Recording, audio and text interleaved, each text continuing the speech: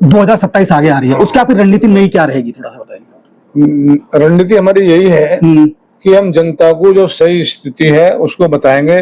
विपक्ष जो गुमराह कर रहा है उन बातों को अभी पब्लिक के दिमाग से निकालेंगे।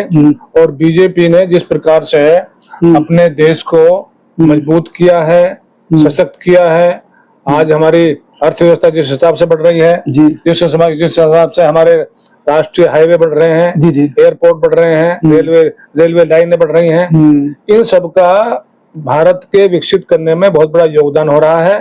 और मोदी जी 2047 तक भारत को विकसित राष्ट्र बनाना चाहते हैं। नमस्कार, मैं आपके साथ राज सिंह भाटिया, आप देख रहे हैं राज न्यूज एक्सप्रेस की खास रिपोर्ट। आज मन में बहुत खुशी है, हमारे माननीय नवाब सिंह नागर जी जो मंत्री रहे हैं और कहीं ना कहीं उत्तर प्रदेश जो पश्चिमी उत्तर प्रदेश है उनके बहुत बड़े अच्छे मसीहा भी रहे हैं और पुराने पार्टी में इन्हें देखरेख की है। अटल बिहारी वाजपेयी के टाइम में मंत्री रहे हैं। आज फिर पार्टी ने इनको क्षेत्रीय अध्यक्ष बनाकर जिम्मेदारी सौंपी है। अब ये पद इतना बड़ा पद है कि इसमें पूरे संगठन को लेके चलना पड़ेगा। तो हम बात करने की कोशिश करते हैं, कुछ सवाल भी करेंगे, कुछ कड़वे सवाल भी होंगे, कुछ नरम सवाल भी होंगे, जवाब देने होंगे अध्यक्ष साहब को। सर पहले तो आपको हमारे चैनल पर स्वागत है और सबसे पहले आपको आज अध्यक्ष पद का जो पद मिला उसके लिए बहुत बहुत शुभकामनाएं राज न्यूज एक्सप्रेस की तरफ से। तो क्या कहना चाहोगे सर? बहुत धन्यवाद जी, आपका धन्यवाद बहुत। सर आपसे मेरी 2 से 3 महीने पहले मैंने आपका इंटरव्यू किया था और मेरी आपकी चर्चा हुई थी, भाई अगर पार्टी आपको कोई भी या तो विधायक के लिए या कोई भी आपको पद देती है तो आप कैसे निभाओगे। आपने हंस के कहा कि जो पार्टी मुझे कहेगी मैं वो चीज करूंगा। आज पार्टी ने आपको अध्यक्ष पद दिया है तो आप उसको कैसे निभाओगे, थोड़ा जनता को बताइए, जनता पूछना चाहती है सर। देखिए, हमें सबसे पहले तो जो ये पश्चिमी उत्तर प्रदेश के क्षेत्रीय अध्यक्ष की जिम्मेदारी दी है, जी, इसके लिए अपने राष्ट्रीय हाईकमान, प्रदेश हाईकमान का बहुत हृदय से धन्यवाद करते हैं, आभार व्यक्त करते हैं। जी सर, जो अभी मौजूदा विधायक है, एमपी है, सब अध्यक्ष हो आप, उनमें कहीं ना कहीं समीक्षा होगी या उन्हीं के चेहरे पर आगो 2027 लड़ा जाएगा? नहीं, उन चेहरों पर 27 पे लड़ा जाएगा। समीक्षा तो निश्चित रूप से होती है। समीक्षा तो किसका कैसा पब्लिक में व्यू है, फीडबैक है, क्या वो चाहते हैं, तो उस फीडबैक का पूरा आकलन किया जाता है। जी। उसके आधार पर जो बेहतर होगा, उनका अच्छा बेहतर आकलन होगा, पहुंचाया जाएगा और उसके आधार पर निर्णय होगा। तो यही कहना है नवाब सिंह नागर जी का कि जो आकलन है वो आकलन किया जाएगा, उसी के आधार पर 2027 लड़ा जाएगा। अब देखना, यही समाजवादी पार्टी के अखिलेश यादव ने कहा कि जब सबसे 6 नए अध्यक्ष बनाए गए हैं, उन्होंने कहा कि अगर बीजेपी जीतती है तो आपकी आखिरी वोट होगी। जो वोटर से उन्होंने अपील की है कि अगर बीजेपी जीत गई तो आपकी लास्ट वोट होगी, आगे वोट नहीं डाल पाओगे आप। तो उसका मतलब क्या है, जरा आप थोड़ा बताइए। आप अध्यक्ष बने हो, आप कैसे उनको समझा पाओगे? देखिए, ये तो विपक्ष का काम होता है कि जनता को गुमराह करने का जी, और दूसरी जो पार्टी सत्तारूढ़ पार्टी है उसको बदनाम करने का उनका उद्देश्य होता है। जी। उसको करने के लिए सब चुनाव वो करते ही हैं। लेकिन जनता समझ रही है कि अब समाजवादी पार्टी उत्तर प्रदेश में धीरे धीरे खत्म हो रही है जी, और अब आने वाले समय में समाजवादी पार्टी जी यूपी में बीजेपी का मुकाबला नहीं कर पाएगी जी। और को देखते हुए आपको अध्यक्ष नहीं बनाया गया कि भाई तो पीछे थोड़ा लोगों में मतभेद था, और नवाब सिंह नागर एक पुराने राजनीतिक हैं, 45 साल पुराना को कैरियर है, उन सब जो युवा हैं जो नहीं आने वाले आगे, उनको सबको जोड़ के चलेंगे कि इसलिए आपको अध्यक्ष बनाया होगा कि नए को जोड़ने की कोशिश होगी? हम नए भी और पुराने भी जी दोनों को जोड़ के चलेंगे, क्योंकि हमारे बनने से एक तो पुरानों में बहुत उत्साह आया है जी कि भाई एक पार्टी पुरानों को भी और जो नहीं सबको ऑप्शन दे रही है जी। तो हमें पुरानों की जो क्षमता है, उनका जो मार्गदर्शन है, उनका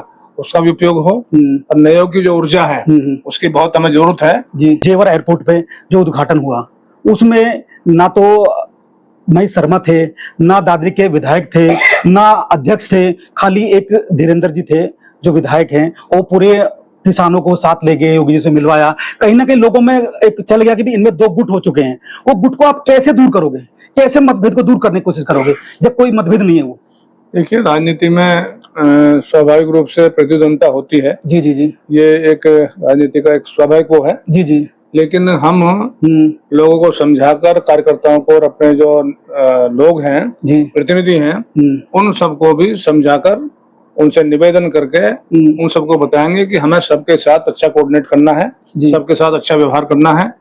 हमें अपने राजनीतिक प्रतिद्वंदता उसे रखे हैं, लेकिन अपना सामान्य व्यवहार जो है वो बहुत बेहतर रखना है जी। उसके आधार पर हम कोशिश करेंगे कि सब लोग आपस में मिलकर चलें और पहले से बेहतर अपना तालमेल बने, ऐसा हमें पक्का विश्वास है कि हम उसमें बनाने में पूरी तरह सफल रहेंगे। उन्होंने जो पश्चिम के लोगों की भावना थी जी उसका उन्होंने संज्ञान लिया जी, उसके आधार पर निर्णय लिया। और आज जिस प्रकार से पिछले 4-5 दिन से लोगों का उत्साह और हमें सम्मानित करने के लिए, हमारा उत्साहवर्धन के लिए जी जी, कई हजार लोग जो है डेली आ रहे हैं सर, डेली मैंने आ 2 दिन रहे से हैं। जी जी हम फोन पे नहीं सुन पा रहे हैं, फोन इतनी संख्या में आ रहे हैं, कई हजार फोन आ चुके हैं। तो वो उन सबका जो प्रेम भाव है, स्नेह है और हमारे जो 40-45 साल के संपर्क संबंध है जी जी, उसका परिणाम है। और उसके आधार पर हम कह सकते हैं कि हम पश्चिम में सब लोगों को जोड़कर चलेंगे जी सभी समाज हमारे साथ हैं जी, सभी का हमारे साथ बहुत अच्छा लगाव है जी तो उस लगाव का, उस संबंध का और उस जो स्नेह है जी, उसका हम पूरा उपयोग करते हुए जी पार्टी के अपने माननीय मोदी जी और योगी जी की जो कर्तव्य निष्ठा है, देश के लिए जो उनका समर्पण है, जो उनके काम है, उनको जनता तक पहुंचाकर पश्चिमी उत्तर प्रदेश में सबसे बढ़िया रिजल्ट हम पार्टी को प्रदान करेंगे, ऐसा हमें विश्वास है। सर 6 नए अध्यक्ष बनाए गए हैं और अध्यक्ष ऐसे टाइम में बनाए गए 2027 सामने खड़ी है गई, ठीक है, ज्यादा देर नहीं है, 2 से 4, 5 से 6 महीने होंगे। और इसमें कहीं ना कहीं लोगों के मन में एक दूसरे ना राजनीतिक मतभेद भी होते हैं। आपने देखा होगा कि चर्चा भी चली अभी जेवर एयरपोर्ट पे जो उद्घाटन हुआ उसमें ना तो महेश शर्मा थे, ना दादरी के विधायक थे, ना अध्यक्ष थे, खाली एक धीरेन्द्र जी थे जो विधायक हैं। वो पूरे किसानों को साथ ले गए, योगी जी से मिलवाया। कहीं ना कहीं लोगों में एक चल गया कि भी इनमें 2 गुट हो चुके हैं। वो गुट को आप कैसे दूर करोगे, कैसे मतभेद को दूर करने की कोशिश करोगे जब कोई मतभेद नहीं है? वो देखिए, राजनीति में स्वाभाविक रूप से प्रतिद्वंदता होती है। जी जी जी, ये एक राजनीति का एक स्वाभाविक वो है। जी जी, लेकिन हम लोगों को समझाकर, कार्यकर्ताओं को और अपने जो लोग हैं, जी प्रतिनिधि हैं, उन सबको भी समझाकर उनसे निवेदन करके उन सबको बताएंगे कि हमें सबके साथ अच्छा कोऑर्डिनेट करना है, सबके साथ अच्छा व्यवहार करना है। हमें अपनी राजनीतिक प्रतिद्वंदता उसे रखे हैं, लेकिन अपना सामान्य व्यवहार जो है वो बहुत बेहतर रखना है जी। उसके आधार पर हम कोशिश करेंगे कि सब लोग आपस में मिलकर चलें और पहले से बेहतर अपना तालमेल बने, ऐसा हमें पक्का विश्वास है कि हम उसमें बनाने में पूरी तरह सफल रहेंगे। तो उसी को देखते हुए आपको अध्यक्ष नहीं बनाया गया कि भाई तो पीछे थोड़ा लोगों में मतभेद था और नवाब सिंह नागर एक पुराने राजनीतिक हैं, 45 साल पुराना को कैरियर है, उन सब जो युवा हैं जो नहीं आने वाले आगे उनको सबको जोड़ के चलेंगे, कहीं से आपको अध्यक्ष बनाया होगा कि नए को जोड़ने की कोशिश होगी? हम नए भी और पुराने भी जी जी दोनों को जोड़ के चलेंगे, क्योंकि हमारे बनने से एक तो पुरानों में बहुत उत्साह आया है। जी जी जी जी जी कि भाई एक पार्टी पुरानों को भी और जो नहीं, ये सबको ऑप्शन दे रही है जी जी। तो हमें पुरानों की जो क्षमता है, उनका जो मार्गदर्शन है, उनका उसका भी उपयोग हो और नयों की जो ऊर्जा है उसकी बहुत हमें जरूरत है जी। उनको भी बढ़ाकर दोनों को आगे करके और पार्टी के लिए पूरी मजबूती से काम करेंगे। सर, समाजवादी पार्टी के अखिलेश यादव ने कहा कि जब सबसे 6 नए अध्यक्ष बनाए गए हैं, उन्होंने कहा कि अगर बीजेपी जीतती है तो आपकी आखिरी वोट होगी। जो वोटर से उन्होंने अपील की है कि अगर बीजेपी जीत गई तो आपकी लास्ट वोट होगी, आगे वोट नहीं डाल पाओगे आप। तो उसका मतलब क्या है, जरा आप थोड़ा बताइए। आप अध्यक्ष बने हो, आप कैसे उनको समझा पाओगे? देखिए, ये तो विपक्ष का काम होता है कि जनता को गुमराह करने का जी, और दूसरी जो पार्टी सत्तारूढ़ पार्टी है उसको बदनाम करने का उनका उद्देश्य होता है जी जी। उसको करने के लिए सब चुनाव वो करते ही हैं, लेकिन जनता समझ रही है कि अब समाजवादी पार्टी उत्तर प्रदेश में धीरे धीरे खत्म हो रही है जी, और अब आने वाले समय में समाजवादी पार्टी जी जी जी यूपी में बीजेपी का मुकाबला नहीं कर पाएगी जी, और 2027 आगे आ रही है, उसकी आपकी रणनीति नई क्या रहेगी, थोड़ा सा बताइए। रणनीति हमारी यही है कि हम जनता को जो सही स्थिति है उसको बताएंगे।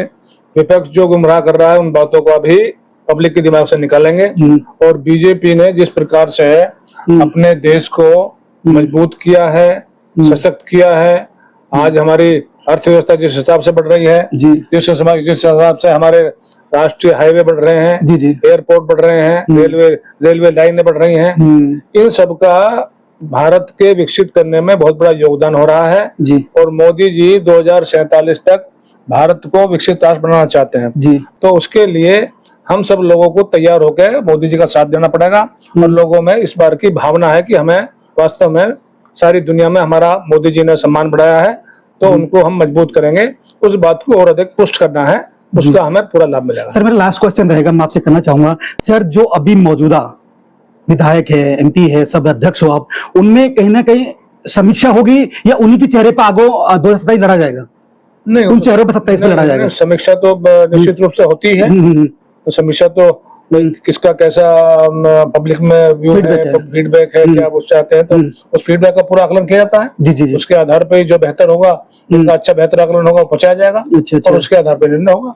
तो यही कहना है नवाब सिंह नागर जी का कि जो आकलन है वो आकलन किया जाएगा, उसी के आधार पर 2027 लड़ा जाएगा। अब देखना यही होगा कि 27 के बाद जो रण होगा वो फिर हम मिलेंगे। ऐसी खबर देखने हमारे चैनल को सब्सक्राइब, लाइक, शेयर, कमेंट जरूर करें, अपनी राय जरूर दें। जो आपकी राय, जो आपका कमेंट हमारी ताकत होती है। सभी लोग दर्शकों को धन्यवाद। हर खबर पाइए सीधा अपने मोबाइल पर।